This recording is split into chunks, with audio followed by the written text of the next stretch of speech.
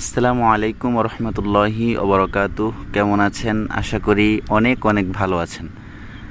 আজকে একটি আজীব দৃশ্য আপনাদের সাথে শেয়ার করছি। গত রাত্রে আসরের পর থেকে সামান্য বৃষ্টি ছিল, কিন্তু এত বেশি বৃষ্টি ছিল না। যতটুকু ছিল এমনটা হওয়ারও কথা ছিল না। তাজ্জব হয়ে গেছি আমরা রাত্রি ঘুমিয়েছিলাম। আমি এখন যেদিকে ক্যামেরাটা ধরে আছি আপনাদেরকে দেখাচ্ছি বা শেয়ার করছি, এই স্থানটা একদমই শুষ্ক ছিল, শুকনা ছিল। এই জায়গায় কোনো পানি ছিল না, কোনো রকম পানি ছিল না।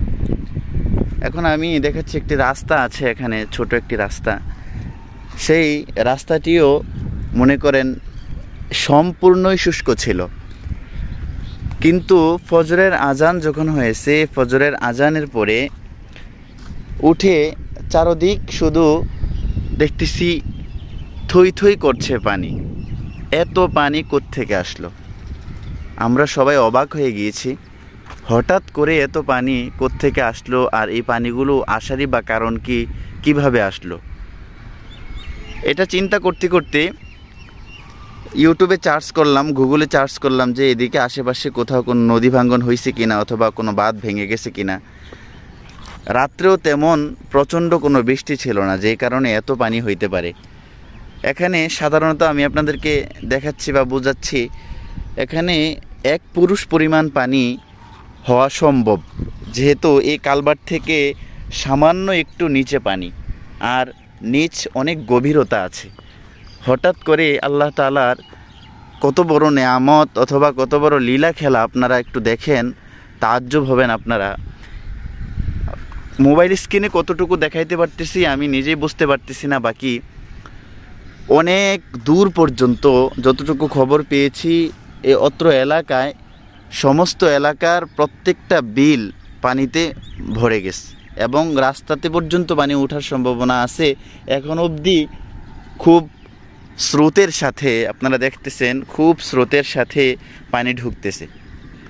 তো এই পানি কোত্থেকে আসলো জানি না, আল্লাহ তাআলার কুদরত কিনা, বা কোথাও নদী ভাঙ্গন হয়েছে কিনা।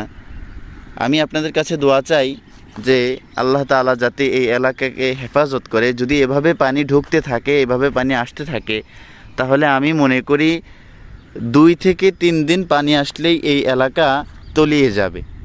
আমরা আল্লাহর কাছে দোয়া করব যাতে এই এলাকাকে আল্লাহ তাআলা হেফাজত করেন, এবং পানি যেই বন্যায় প্লাবিত হওয়া থেকে আল্লাহ তাআলা মুক্ত করেন।